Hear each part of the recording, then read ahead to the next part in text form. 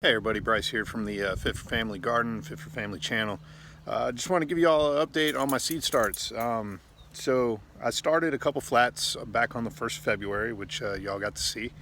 And then I also started another flat of seed starts on the 6th of February. As you can see, I'm outside. It's in the upper 60s, lower 70s today.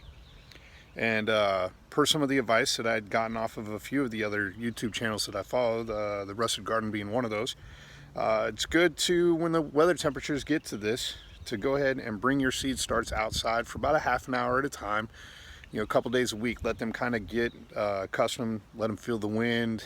It'll help strengthen them. Also, let them get a little bit used to the sunlight, so when I do eventually bring these out full time, they'll be good to go and less of a shock and everything else. So just kind of want to give you an update on what I got going here and how it's going. So as you can see here, this is I have a few of the lemon balm starting. Some of the basil, each of the cells of the basil has had something pop up. A couple of the oregano, some of the thyme, surprisingly enough, a couple of the lavender. I haven't seen anything out of the spearmint yet. Oh wait, hang on. Might have one of the spearmint starting to pop up. Seen a couple, just one of the rosemary's cells, one of the sage cells, well actually two of them it looks like. All of the cilantro cells have popped something up, and a couple of the parsley cells have. So on to my next cell that was also done on the 1st. My red Russian kale has all popped up. I've had every single cell pop up with something, which is fantastic. The scarlet kale, I've had all but one have something pop up. My red giant mustard, I've had all but two. Actually, no, it looks like I have the start of one more. So all but one have popped something up. The rhubarb, my Swiss chard, every single cell has popped something up, which has been fantastic. Celery, I've had 3, looks like 4 of the 6 have produced something. The strawberry spinach has had something in every cell pop up.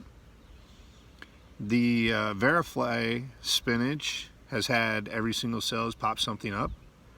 My dinosaur kale, I've only had 2 cells of the 6 pop something up so far. My blue curled Scotch kale has had everything, and as you can see in a lot of these, the second set of leaves have already started to pop through, which is fantastic. I'll be giving these a drink with some fertilizer and whatnot. My winter giant had every single cell pop up. Bell peppers, I still haven't seen anything pop up yet, so fingers crossed. They're usually slower to mature or to germinate, so we'll get something out of there. And my Amish paste tomatoes have all had something pop up, so that's been fantastic there. Some of those have already gone to their second leaves.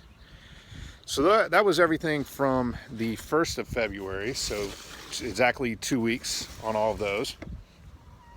And then I have one flat that I did with my daughter on the 6th of February.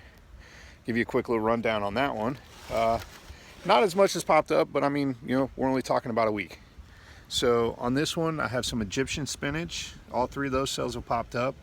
Nothing from the red onions, nothing from the Keystone giant peppers yet. Nothing from the Cubanelles or the Jimmy Nardellos. Supposedly I have one serrano pepper, but I'm not sure if that's a serrano or if one of my tomatoes got mixed over. Nothing from the Hungarian yellow wax. The black cherry tomatoes, all 3 cells have popped something up.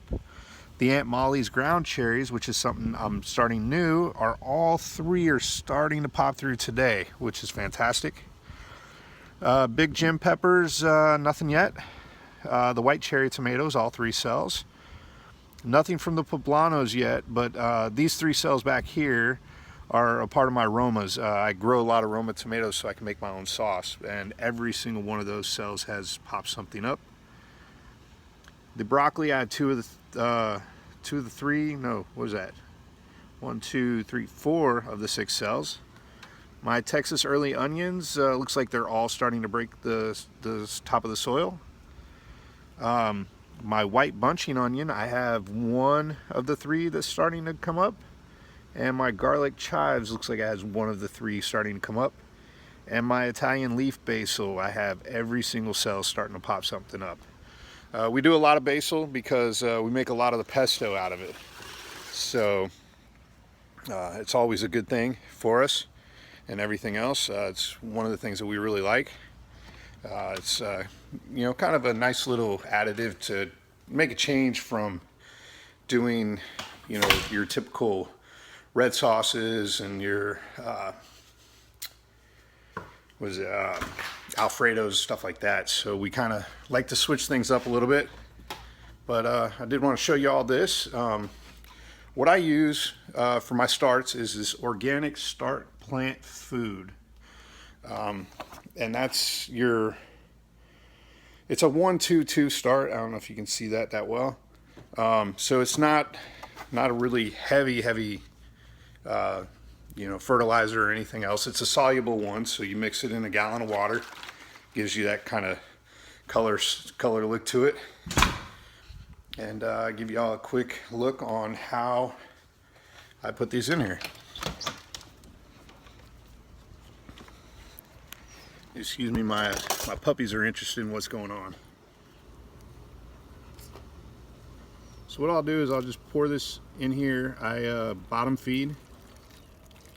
So I'll fill it up until, you know, decent amount in there, about 1/4 of an inch. And then what it does is it starts soaking up pretty quick. These will soak up quicker because they're the peat pods, whereas these are just the plastic cells. So with these I can pour that on in, and look at that. You can already see some of the roots starting to go through there, so that's always fantastic. And this last one here.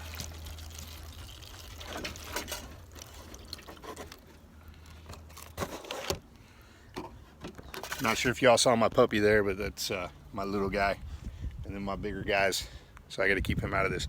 But what I'll do is I'll let that kind of soak in. These will be outside for maybe about another 15 minutes or so. That's about it. I mean, we're coming up on 30 minutes already, so want to get them back inside. Don't want them going through too much shock or anything else, and I'll get them back under the lights.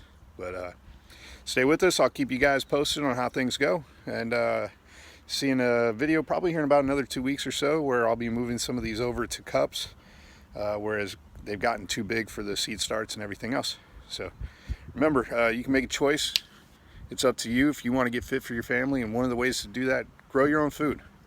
You know, grow your own vegetables. They taste a whole lot better than what you'll get in the store, trust me.